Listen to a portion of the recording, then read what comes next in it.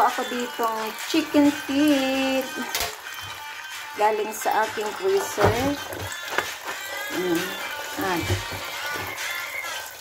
Gasan ko po siya. At tutuin natin siya sa microwave. Sa pressure cooker. Gasan ko lang siya.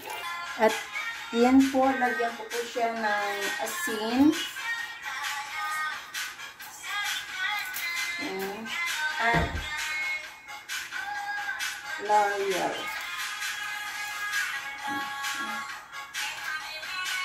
So, parang madami na to. Tapos, lagyan ko siya ng buong paminta.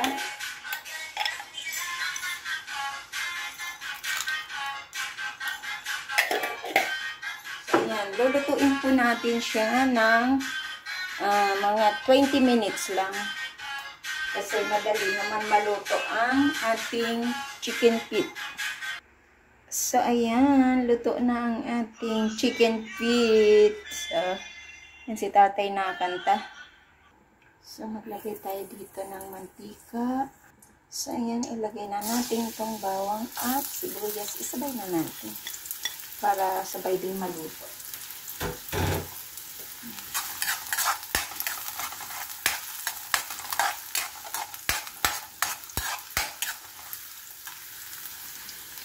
So, ayan. Maglagay po ako dito ng tomato paste.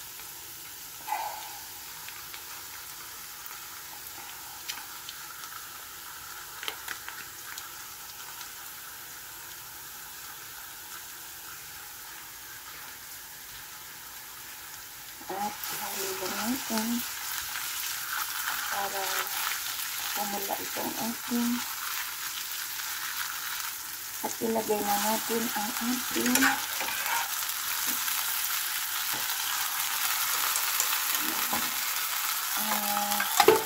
alagang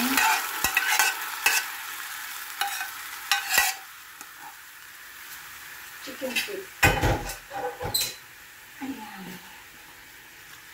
Ang kagandahan pag mina-microwave kasi sobrang lambot siya, di ba? So, maglagay po ako dito ng pineapple juice. Pineapple juice. So, lagyan po natin. Yung natira doong sabaw na nilaga natin ay hinalo ko na din. At iluto po natin siya. Dito ay check natin ang kanyang sabaw kung kumusta. Yan. So, maglalagay ako dito ng kaunting patis.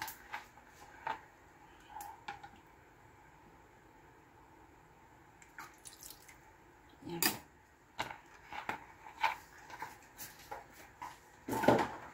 At syempre, hindi mawawala ang ating magic syrup. Kunti lang. At paminta na durog. At takpan po natin siya hanggang yung ating sabaw. At ang pineapple ay sa ating chicken feet. Ayan. So, lutuin ulit natin.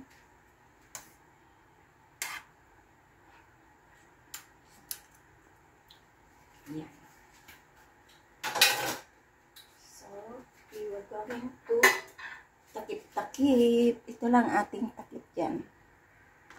So, ayan na ang ating sobrang lambot na talaga ng chicken feet. So, maglagay pa ako ng asukal. Pero, ito'y ano lang, depende po sa inyo. Optional lang. Ayan.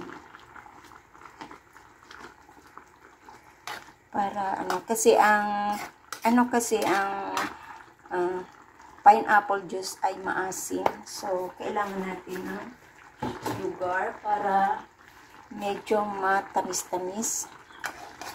So, check natin.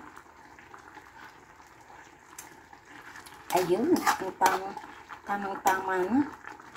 At dito pa lang, kasi gusto ko na may ano ito, talagang gusto ko medyo magandang may sarsa siya, na masarsa siya, kaya medyo marami pa siyang sabaw. Ilagay ko na tong ating Mang Tomas. So, ayan.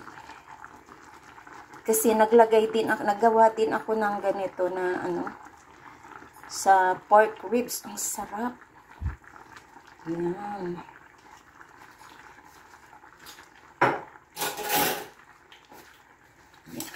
Sobrang sarap niya, promise. Kaso lang yung pork ribs, naubusan ng sabaw. Kaya ano, tuyo-tuyo talaga siya. Pero ang pinakamasarap kasi dito, ang salsa niya. So, ayan, iluto natin.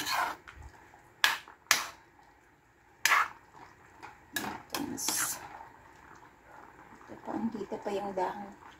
Sa ano palengke ako doon sa nagbili ako ng dahon nitong laurel. 5 piso lang, ang dami na, promise.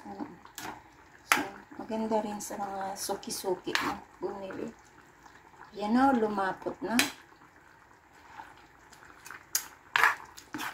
Ayan.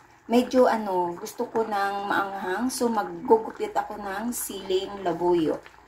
So, ayan.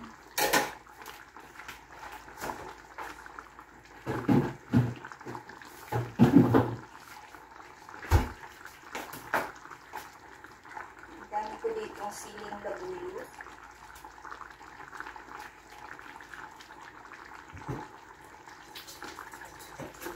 Meron din akong siling green, pero ito na lang labuyo ang aking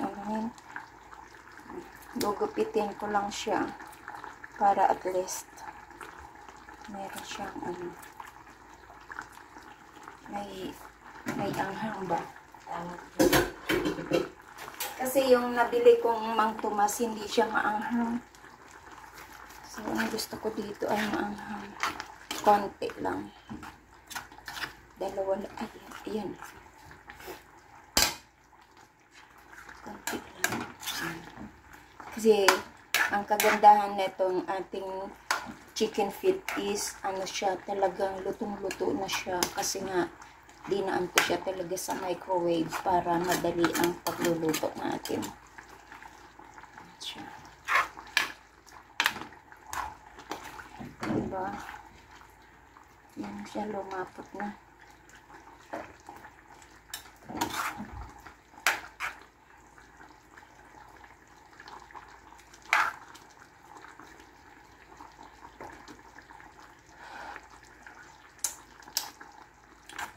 Sarap na niya. Yan. Sarap na siya. Kasi ang nga ay, di ba? Pwede ko na itong hanguin. Kasi mas masarap kasi ang masarsa. Yan. Yan, grabe oh. Yan, masarsa na siya, malapot. Yan.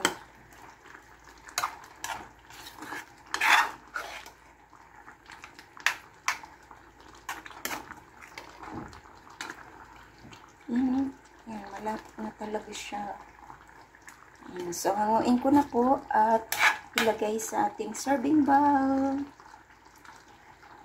So, ayan na po ang ating chicken feet with Mang Tomas. Sinan Tomasang chicken feet. Ayan, ang sarap na. Talagang mayaman pa sa collagen. Ayan. Sobrang sarap. I-try nyo po.